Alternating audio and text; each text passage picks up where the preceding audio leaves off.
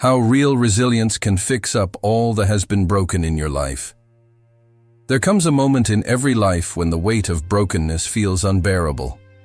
The job that slipped away, the relationship that fractured, the health that declined, the dream that collapsed. We stand amid the ruins of what once felt secure, staring at fragments that no longer seem to fit together. And in those moments, the world teaches us a shallow definition of resilience. Keep going, don't cry, stay strong. But deep down, you know this isn't working, because holding the pieces tightly doesn't make them whole again. Pretending the cracks aren't there doesn't heal them. What if resilience isn't about pretending you're unbroken, but about discovering how to rebuild in a way that makes you stronger than before? Imagine for a moment that your brokenness is not evidence of failure, but an invitation to transformation. The Japanese call it kintsugi, the art of repairing broken pottery with gold. The cracks don't disappear. They become the very lines that make the vessel more beautiful and more valuable than before. What if the shattered parts of your life, your heartbreaks, your disappointments, your hidden struggles, were not scars to hide but the golden lines of a new design? That is the truth most people never hear. Resilience is not survival. It is reinvention. Neuroscience proves it. Andrew Huberman reminds us that the brain is not fixed, but plastic. Neuroplasticity allows you to rewire pathways after trauma. Dopamine, serotonin, and endorphins are not abstract chemicals. They are signals of hope, rebuilding bridges in your mind where despair once ruled. Psychology teaches us that resilience is not the absence of pain, but the ability to turn pain into growth. And philosophy has whispered it for centuries. Marcus Aurelius told us that the obstacle becomes the way. Descartes taught us that clarity comes through doubt, not in spite of it. Montaigne showed us that reflection on wounds gives birth to wisdom. The brokenness itself is not your enemy. It is your tutor, your guide, your architect for something unshakable. Think of the moments you thought you could never recover from, yet here you are, breathing, listening, searching for meaning. That means resilience is already alive in you. It has carried you this far. The question now is not whether you have it, but whether you will awaken it fully. And here lies the paradox. Resilience is born in fragility. The very moment you admit you are broken is the first step to becoming whole. The moment you stop pretending to be unshaken is the moment you begin to rebuild with truth. This video is not about giving you shallow motivation or telling you to be strong. It is about guiding you into the science, the philosophy, and the lived reality of resilience as the force that takes shattered lives and forges them into something unbreakable. Today you will see how what has been broken in you can be transformed into the foundation of a life more stable, more alive, and more luminous than you imagined. Resilience is not a return to the old. It is the birth of something entirely new. And so I ask you, what if your brokenness was never meant to end you, but to rebuild you into something unshakable? The myth of resilience, why we get it wrong. We have been conditioned to believe that resilience means never bending, never breaking, never showing weakness. It is the image of the soldier who never cries, the worker who never rests, the parent who never falters. This false picture has been passed down as if toughness were the essence of strength. But what happens when you try to live this way? You burn out. You collapse in silence. You wear a mask of stability while inside you are crumbling. The myth of resilience is not just misleading, it is destructive. It convinces us that to be resilient we must suppress emotion, deny pain, and carry burdens alone. And yet, neuroscience and psychology both reveal that this approach doesn't build resilience, it destroys it.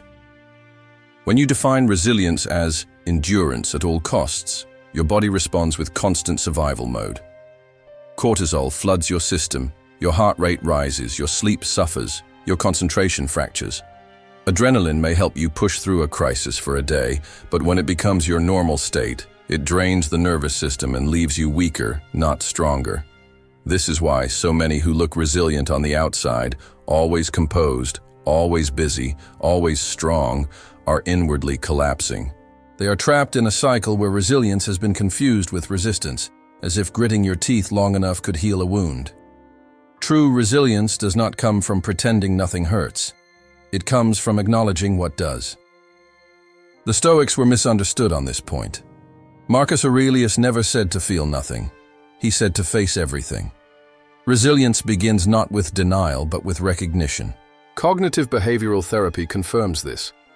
Transformation starts by naming distorted thoughts, acknowledging them, and then reshaping them into healthier patterns. The myth that strength is silence keeps people stuck in trauma. The truth is that resilience requires voice, reflection, and the courage to admit weakness. Think of your own life. How many times have you told yourself, "I just need to be strong," while inside you felt like a wave ready to break? That voice demanding constant toughness is not resilience, it is fear. And fear cannot rebuild what has been broken. What rebuilds is the willingness to see clearly, to let the pieces fall, and to learn how to place them back together differently. Resilience is not a wall you build to block out pain. It is a bridge you construct to walk through it. When you realize this, the myth begins to collapse. You start to see that resilience is not about proving yourself unbreakable, but about proving that being broken does not end you. And here is the shift that changes everything. What feels like the breaking point may actually be the beginning of your rebuilding. The hidden science of resilience. Resilience is not just an abstract idea or a motivational slogan. It is a biological process written into your brain and body. Modern neuroscience has revealed that resilience is deeply tied to neuroplasticity, the brain's ability to adapt, rewire, and create new pathways after trauma. This means that when something in your life breaks, your brain is not condemned to repeat the same cycles of pain. It has the power to reshape itself, to literally build a new map that leads you out of despair. Andrew Huberman often explains how the brain learns from stress, but only if stress is followed by recovery. Without recovery, stress becomes damage. With recovery, stress becomes adaptation. Dopamine, serotonin, and endorphins are not just happy chemicals. They are tools of reconstruction. Dopamine fuels motivation and the belief that a better future is possible. Serotonin stabilizes mood and brings a sense of inner calm after chaos. Endorphins act like your body's natural medicine, soothing pain and giving you the strength to endure discomfort while you rebuild. Resilience emerges when these systems are activated in balance, creating not only survival but growth. Neuroscience shows that habits like deep breathing, movement, and quality sleep restore these chemicals, turning fragile moments into opportunities for renewal. Think about what this means. Every choice you make, even in small daily actions, is teaching your brain how to respond to hardship. If you choose avoidance, your brain wires for fear. If you choose confrontation with awareness, your brain wires for strength. This is why resilience is not a trait you are born with, but a skill you cultivate. It is not reserved for the strong or the gifted. It is available to anyone willing to train their mind and body to recover, reframe, and rise. Cognitive behavioral therapy supports this scientific view. The way you interpret an event shapes the neural connections your brain reinforces. If you tell yourself, "This pain defines me," the brain strengthens pathways of hopelessness. If you tell yourself, "This pain is shaping me," the brain strengthens pathways of renewal. The difference is not in the event itself, but in the meaning you assign to it. Resilience is, at its core, a biological partnership between thought and chemistry, between perspective and physiology. This changes the way you see your brokenness. You are not doomed by what happened. You are being invited into the most powerful process of rewiring. Your brain is not a prison locking you into pain. It is clay, ready to be reshaped by the choices you make today. And that truth is what opens the door to the next step, seeing brokenness not as a curse, but as a teacher. The philosophy of brokenness, lessons from Stoicism and beyond resilience, is not only rooted in biology, it is also a question of meaning. Long before neuroscience gave us the language of neuroplasticity, philosophers wrestled with the reality of suffering. and the possibility of renewal. The Stoics, for example, did not deny the weight of pain. Marcus Aurelius faced war, betrayal, and the constant threat of death. Yet he wrote that the obstacle becomes the way. To him, hardship was not an interruption of life's path. It was the path itself. This is the essence of resilience, to see that what breaks you can also instruct you.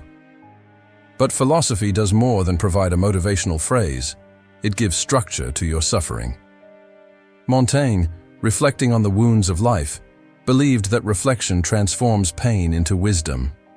For him, brokenness was not something to hide, but something to study, to extract meaning from. Descartes, though often remembered for reason, built his philosophy on doubt. He showed that questioning, even questioning the very foundations of reality, was not destruction, but reconstruction. Through doubt, clarity emerged. What if your brokenness works the same way? What if every fracture is a question waiting to guide you into deeper understanding? Aristotle added another dimension. He saw resilience not in suppressing emotion, but in cultivating virtue. Courage, temperance, and perseverance were not abstract ideals, but practical tools to navigate suffering. To him, resilience meant aligning your choices with the pursuit of a higher good, even when chaos surrounded you. When combined with modern psychology, this perspective becomes liberating. Resilience is not about removing pain, but about deciding what to do with it. Think about the story of your own life. Each time you were broken, a question followed. Will you let this define your end, or will you let this become your teacher? The fracture in your heart, the disappointment that hollowed you, the betrayal that left you questioning trust. All of them carried lessons. The Stoics would say they were your greatest opportunities to grow into strength. Descartes would say they were the moments that forced you into clarity. Montaigne would remind you they were invitations to understand yourself more deeply than comfort ever could. This changes how you see brokenness. It is no longer just a wound, it is a philosophy in action. Resilience is not a denial of pain, it is the practice of extracting wisdom from it. And once you understand this, you begin to see the fragments of your life differently. They are not just ruins, they are materials waiting to be arranged into a new framework. And that leads us to the next step, learning how to transform fragments into the architecture of renewal. From fragments to framework, the architecture of renewal. When something in your life shatters, the first instinct is often to pick up the pieces and try to glue them back exactly as they were. But the truth is, nothing broken can be restored to its original form. And maybe it isn't supposed to be. Resilience is not about repairing life so it looks untouched. It is about building a new design with the fragments, one that is stronger, wiser, and more beautiful than before. Think of the Japanese art of kintsugi, where broken pottery is repaired with veins of gold. The cracks don't vanish. They become the most striking features. The vessel is not just fixed, it is transformed into something unique. That is the architecture of renewal, not hiding the breaks, but letting them define a new strength. This process begins with awareness. You cannot rebuild what you refuse to acknowledge is broken. Awareness is looking at your pain without denial, admitting, yes, this happened, yes, it hurt me, and yes, I need to rebuild. Then comes release, letting go of the illusion that life can return to what it was. Release is not weakness, it is clearing space for something new. After release comes reconstruction, the deliberate act of placing the fragments into a new pattern. This is where resilience becomes active. It is in the daily choices, the new habits, the conversations you dare to have, the perspectives you begin to adopt, and finally, flourishing. The moment when you realize your cracks have not diminished you, but have expanded your capacity to live fully. Notice that this is not just an emotional journey, it is a structural one. Just as an architect uses broken stones to create a wall with greater integrity, you can use the fragments of your experiences to build a framework that is unshakable. Science confirms it. The neural pathways you form in the process of healing are often stronger than the ones you had before the trauma.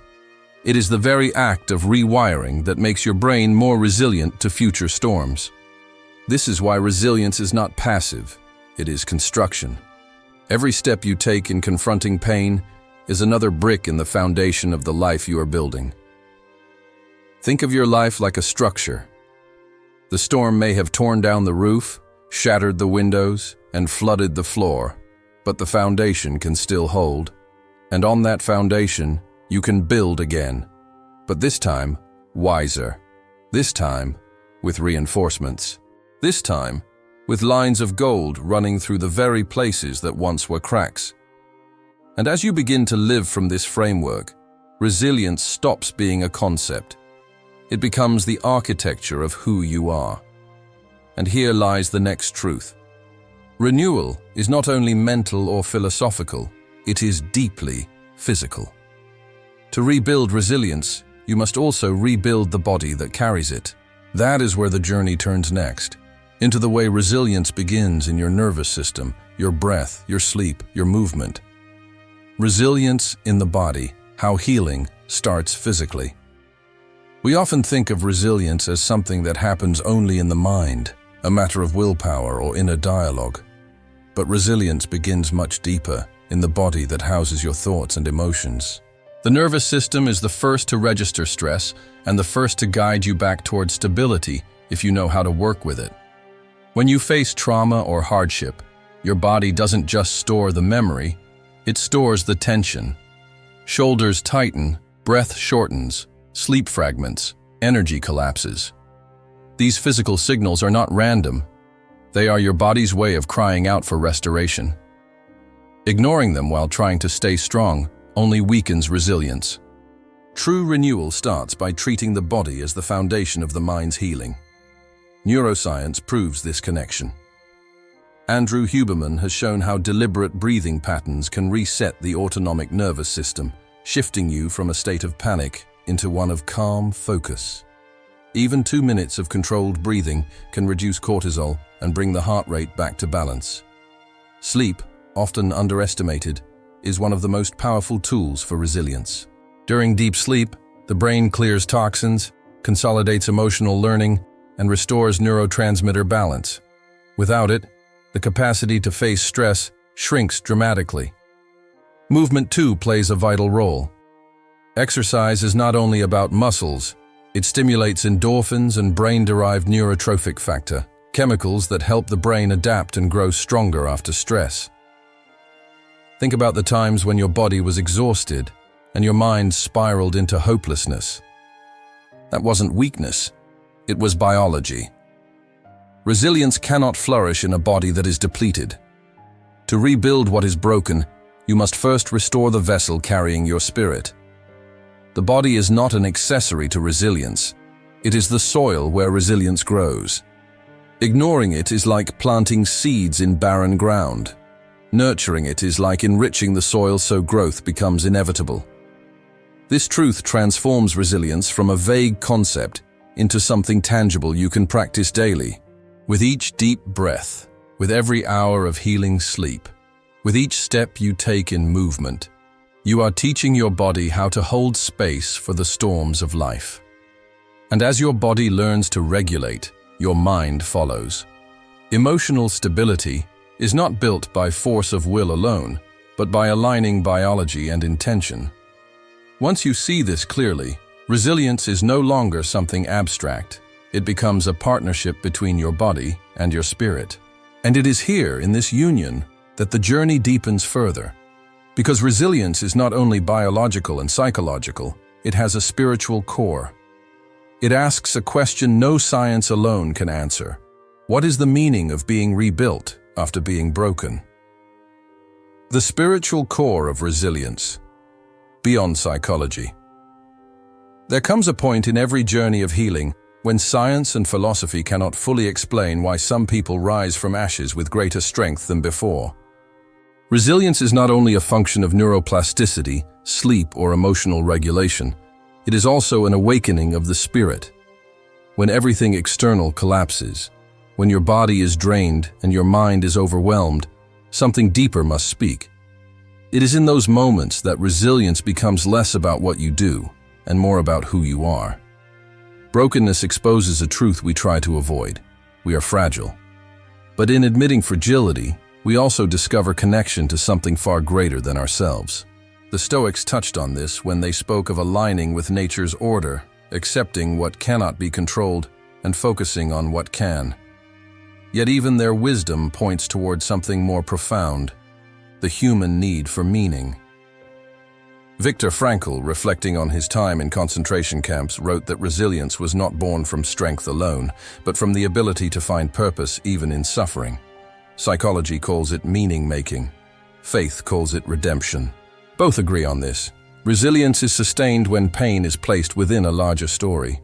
Think of it this way: your spirit is the lens through which you interpret brokenness. If you see your suffering as senseless, resilience weakens. If you see it as a passage, resilience strengthens. Spiritual resilience is not about denying the hurt, but about asking, what is this hurt birthing in me? What deeper self is emerging from this collapse? Some call it the voice of God, others call it inner truth, but all who experience it describe the same shift, from despair into a sense of being carried, guided, and renewed. This is why resilience is not merely recovery. It is transformation. It is the bridge between human fragility and divine strength. When you reach the end of yourself, resilience whispers that it is not the end. When every external support is stripped away, resilience teaches you that you are not abandoned, that there is still a source of life flowing through you. It is this awareness, this spiritual awakening, that allows people not just to survive what broke them, but to rise with a strength that feels borrowed from something infinite. And here lies the turning point. Resilience is no longer about your survival alone. Once your spirit awakens, you begin to see that your broken story carries a message, a map, a testimony that can guide others. Which leads us to the next truth. Your broken story may be the very survival guide someone else is desperately searching for. Your broken story becomes someone's survival guide. Every scar carries a story, and every story has the power to become a light for someone walking through their own darkness. Too often, we are taught to hide our brokenness, to cover up the cracks, so that no one sees where we've fallen apart. But what if the very places you tried to hide were the places others most needed to see? Resilience is not only for yourself, it multiplies when shared. Your journey out of despair can become the map someone else uses to escape theirs. Think of the people who once inspired you. Chances are, it wasn't their perfection that gave you hope. It was their honesty about their struggles. When someone dares to reveal how they fell and how they rose again, it pierces through the illusion that suffering is permanent. Neuroscience even supports this. Stories of resilience activate mirror neurons in the brain, allowing listeners to feel in real time the possibility of change within themselves. Sharing resilience is not boasting, it is transferring possibility. Philosophers knew this too. Seneca wrote letters of his inner battles to friends, not to impress them but to strengthen them. Montaigne documented his doubts so others could reflect on their own. Even Descartes, in writing about methodical doubt, gave humanity a framework for clarity through uncertainty. Their private struggles became humanity's collective survival guide. And yours can too. Imagine someone right now standing where you once stood, feeling the same weight, the same despair, the same sense of being irreparably broken. To them, your story is not just words. It is evidence that survival is possible, that rebuilding is real. This is why your cracks are not scars to be erased. They are maps etched into your life, showing others where danger lies and where hope begins. Resilience, then, is not selfish, it is legacy. Each time you share how you were broken and how you healed, you carve a path for others. You give them permission to believe that their pain is not the end. And as you do, something remarkable happens. You realize that what once felt like ruin has become a gift. Your broken story becomes not just your own redemption, but the survival guide of another soul searching for light. And that is the ultimate transformation of resilience. It turns personal healing into shared hope. It takes the private cracks of your life and forges them into a public lantern. Which brings us to the final revelation, the new you, built not in spite of the brokenness, but through it. The new you, built from the broken you. Resilience is not about returning to who you once were. It is about becoming someone new, someone forged through the fire of what once seemed unbearable. Every broken piece you tried to hide has been reshaped into the architecture of your strength. Every scar that once shamed you has become a line of gold, proof not of weakness, but of survival and transformation. The new you is not defined by what happened to you, but by what you chose to do with it. You are not the collapse, you are the reconstruction. The truth is that brokenness will visit all of us. None are spared from loss, betrayal, or failure, but what makes the difference is not the breaking itself, but the response. Most people try to patch themselves together, pretending nothing happened. Real resilience is the opposite. It admits the collapse, confronts the pain, and then decides to build again with stronger foundations. It is this choice, to rise when everything inside you tells you to stay down, that separates survival from transformation. Science, philosophy, and spirituality all agree on this point. You are not doomed by what shattered. Neuroplasticity proves your brain can change. Philosophy proves your mind can find meaning. Spiritual awakening proves your spirit can turn fragility into power. The convergence of these truths makes resilience not just a possibility, but a certainty for those willing to step into the process. And so the invitation is clear. Do not wait for life to feel safe before you rebuild. Do not wait for the pain to vanish before you start walking again. Begin now. With the cracks still visible, with the memories still raw, with the body still healing. Begin because resilience is not waiting. It is choosing. Choosing to believe that brokenness is not your end, but your foundation. Choosing to rebuild, not into the old, but into the unshakable. Choosing to live as proof that being broken does not mean being finished. This is your moment. What broke you has prepared you. What scarred you has shaped you. What felt like an ending was only the raw material for a beginning you could not yet see.